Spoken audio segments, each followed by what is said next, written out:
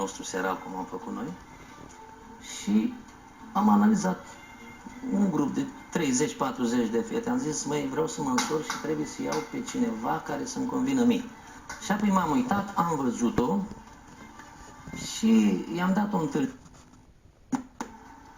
că vreau să-i spun ceva. Și am spus, vreau neapărat să mă însor și vreau să te căsătorești cu mine. Și ce? Dar nu vă cunosc, hai să mă cunoști. Hai să mă cunoști. Păi, Poate avea un alt prieten, dumnei. avea? Avea și Avea un alt prieten, da. Și asta a fost când... Dumneavoastră nu mai aveați o altă prietenă. Nu, în momentul ăla nu. Adică ce am avut eu nu intra, nu corespundea visurilor mele. Pentru că, dragul meu, eu am învățat și pe alții. Iubirea asta ține o zi, o noapte, până la o săptămână, maxim o dată. Dar omul de lângă tine trebuie să fie om o viață întreagă. Așa este. Deci eu asta am ales. Am ales omul și eu în 40 de ani de căsătorie am ajuns să mă îndrăgostesc de nevastă mea acum, în ultimii ani. Să-mi dau seama ce comoară am avut eu, ce valoare am avut eu lângă mine și n-am greșit.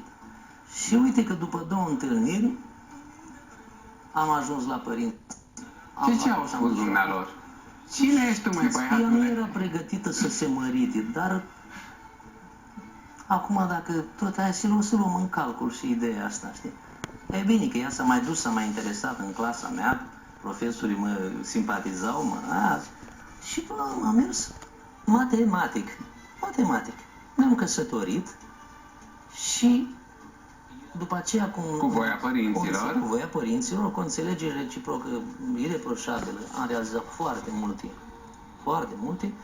Apogeul realizărilor noastre sunt cei 2 copii, cărora... Au venit foarte repede după căsătorie, da, cei 2 copii ai dumneavoastră? 2 ani, 3 ani. Nuntă ați făcut? Am făcut și nuntă. Unde?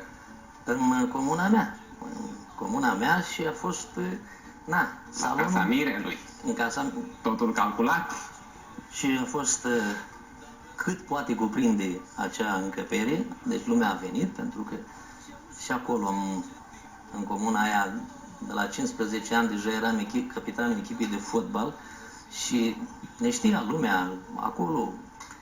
Erați cunoscut. Mergem la nunta lui Ionel, așa mi se spunea mie acolo, Ionel. Mi se spunea Ionel. Ionel Vlad, da. Vlad în sat. Da.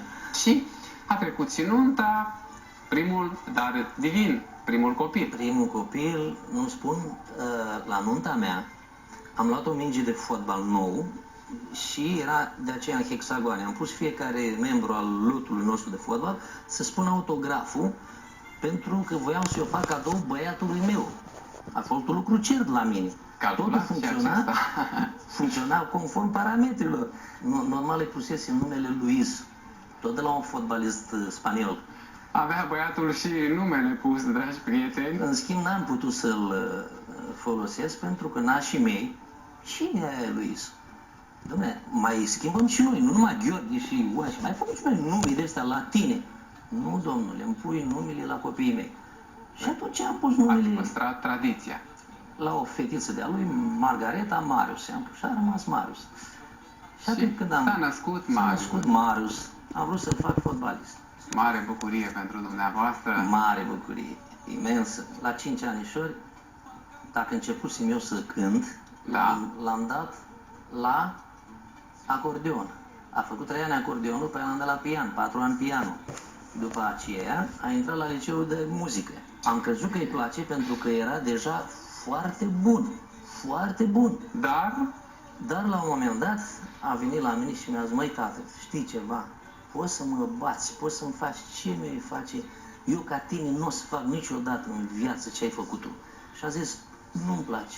Și a făcut el după aceea un mini-market și, într-adevăr, este vocația lui. A reușit în viață. A reușit în viață, fără ajutorul meu. A avut alte orizonturi. Da, fără ajutorul meu.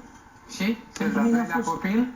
Și al doilea copil, de la început n-am vrut să... Deși avea voce și fata. Da. Avea voce și fata. Am fost foarte bine pregătit în cel mai bun liceu, din Liceul Bălcescu de la Brăila. A luat nota cea mai mare la matematică, culmea. Felicitări, cum se numește fiica Luiza. noastră? Luiza. Dacă n-am putut la primul, La i-am pus primul, Luiza. da. Da. Marius și Luiza. Da. Și țin minte ceva umilitor, ceva înduioșător. Era micuță și vine la mine cu un caiet și spune: tata, poți tu să-mi arăți și mie cum se rezolvă această problemă la matematică? Și am luat-o și am spus: tată, îți pot oferi orice pe lumea asta, dar de matematică să nu mă mai întreb niciodată, că nu știi, tata, nimic despre acest obiect. N-am știut niciodată și nu știu nici acum. E bine, fata mea atâta s-a înarmat să vadă ea de ce grea matematica asta. Și a învățat. Și a învățat Până la matematică urmă, și a luat media cea mai mare la bacalaureat. felicitări. Da, și bineînțeles că a reușit cu brio la ASE. Muzica nu i-a plăcut. Nu, nici... Nu s-a născut cu talent. Avea, dar nu ideea noastră și a ei a fost altceva. Fără muzică. Fără muzică. Cum ați început să cântați dumneavoastră?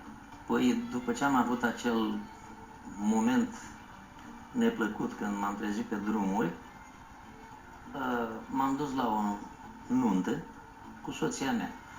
Ne-am așezat la masă și a început să cânte muzica și atunci mi-am dat seama că aș putea să fac lucruri mai frumoase decât cei de acolo.